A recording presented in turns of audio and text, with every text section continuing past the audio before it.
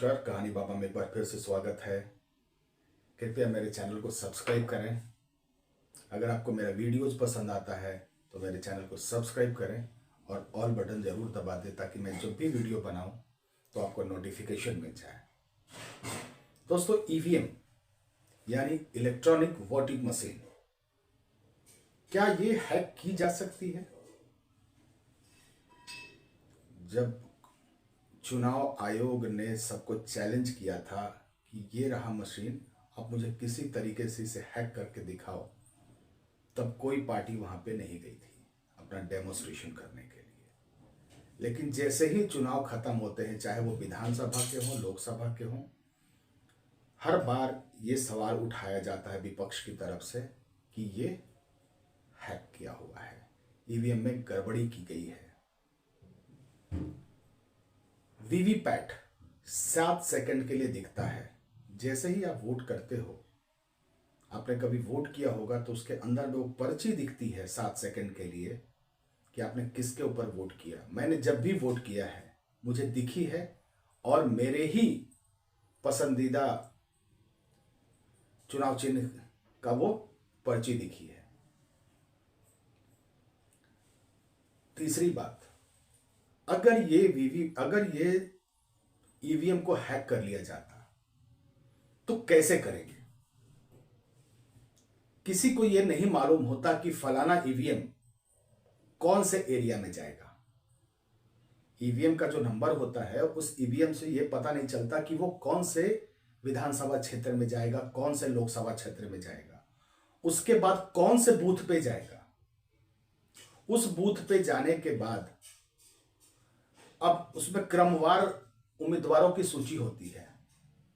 किसी को यह नहीं पता होता कि कौन सा क्रम कहां लगा होगा।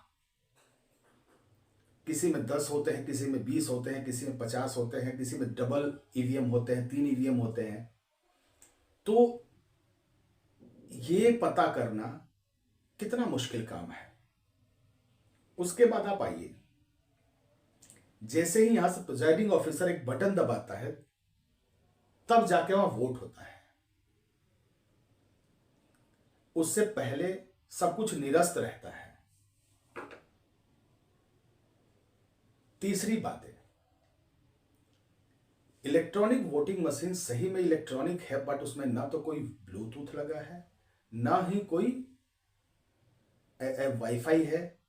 जब तक आप किसी भी संयंत्र को किसी दूसरे संयंत्र से जोड़ नहीं सकते तो उसे आप हैक नहीं कर सकते।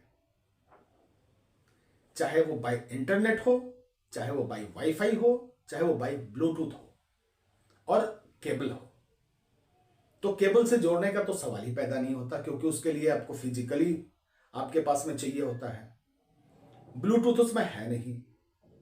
ब्लूटूथ जोड़ने के लिए भी आपको 10 मीटर के रेंज में जाना पड़ेगा या 25 मीटर के रेंज में जाना पड़ेगा। तो हर एक बूथ पे एक एक आदमी 25 मीटर के रेंज में एक लैपटॉप लेके बैठा होगा उसको हैक करने के लिए। यानी कि इंडिया में जितने भी बूथ हैं, सारे बूथ पे बीजेपी या जो पार्टी जीतना चाहती है वो एक एक आदमी को लगा दे लैपटॉप लेकर बैठने के लिए। पहली चीज तो ये, अगर उसमें ब्लूटूथ हो तो या वाईफाई हो तो। 2 चीजें हो गई। अब हो गया इंटरनेट। उसमें इंटरनेट की कोई सुविधा है नहीं कि घर बैठे यहां पे साइबर सेल के द्वारा यहां से कर लिया जाए। तीसरी और महत्वपूर्ण बात, किसी को यह पता ही नहीं है कि बीजेपी के कैंडिडेट का जो नंबर है वो 1 नंबर है, 4 नंबर है, या कांग्रेस का 2 नंबर है, या 3 नंबर है, या 7 नंबर है। तो इसे हैक आप कर कैसे सकते हैं? एक तो यह हैक हो नहीं सकता, सबसे पहली बात। दूसरी बात, ये जो सारे ईवीएम को उठा के लाया जाता है कहीं पर भी वेयर हाउस में रखने के लिए। अब चलिए मैं बात करता हूं ईवीएम बदलने की।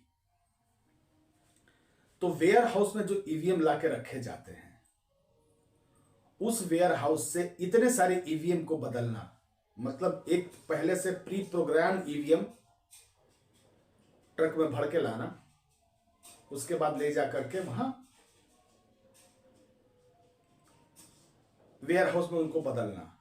तो पहले जो प्री प्रोग्राम ईवीएम है उनको बनाने के लिए आपके पास वो खाका तो होना चाहिए कि कौन सा नंबर पे कौन सा नंबर पे किस कैंडिडेट का क्या नाम, कौन से दूसरे कैंडिडेट का क्या नाम। बीजेपी या किसी को भी वो नाम पते हो, नाम और वो सब चुनाव चिन्ह पता यही होगा ना कि वो अपना कांग्रेस या कुछ।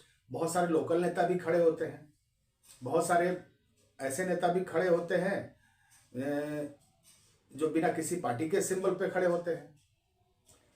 ये चीजें कुल मिलाकर के आप इतना समझ लो कि अनहैकेबल है ये ईवीएम। इल्जाम लगाना एक अलग बात है जो राजनीतिक हो सकता है, राजनीतिक है भी, और उसको प्रूव करना एक अलग बात है। अगर आप प्रूव कर सकते हैं किसी चीज को, कहीं पर भी एक भी अगर प्रूव हो जाए। कुछ मैंने इंटेलेक्चुअल लोगों को सुना है कहते हुए कि अगर उठी है बात तो इसका समाधान होना चाहिए। तो इसका समाधान क्या हो? इसका समाधान तो यही हो ना कि मैं आपको बुला रहा हूं, आप मुझे हैक करके दिखा दो, हम ईवीएम बंद कर देंगे। इसका समाधान ये तो नहीं हो सकता कि हम बैलेट बॉक्स से फिर चुनाव कराने लगे। और नहीं तो इसका समाधान मेरे हिसाब से एक और हो सकता है, विपक्ष जहां भी जीते, किसी भी एरिया में जीते, उसकी सरकार बन रही हो, वो वहां का चुनाव आयोग को लिख दे कि भाई यहां का चुनाव ईवीएम से हुआ है और मुझे ईवीएम पे विश्वास नहीं है, कृपया इसे बंद कर दें और री इलेक्शन कराएं विथ बैलेट। अगर ऐसा होता है तो मैं मानूंगा कि सचमुच में ईमानदार कोशिश है, ये ईमानदारी के साथ किया गया ये कोशिश है। लेकिन ये सारी चीजें नहीं होंगी क्योंकि ये सिर्फ और सिर्फ राजनीतिक इल्जाम है। ईवीएम सुरक्षित था, सुरक्षित है और शायद आगे भी सुरक्षित ही रहे। दोस्तों, मेरे इस विचार से क्या आप सहमत हैं? कृपया मुझे कमेंट बॉक्स में बताएं। नमस्कार।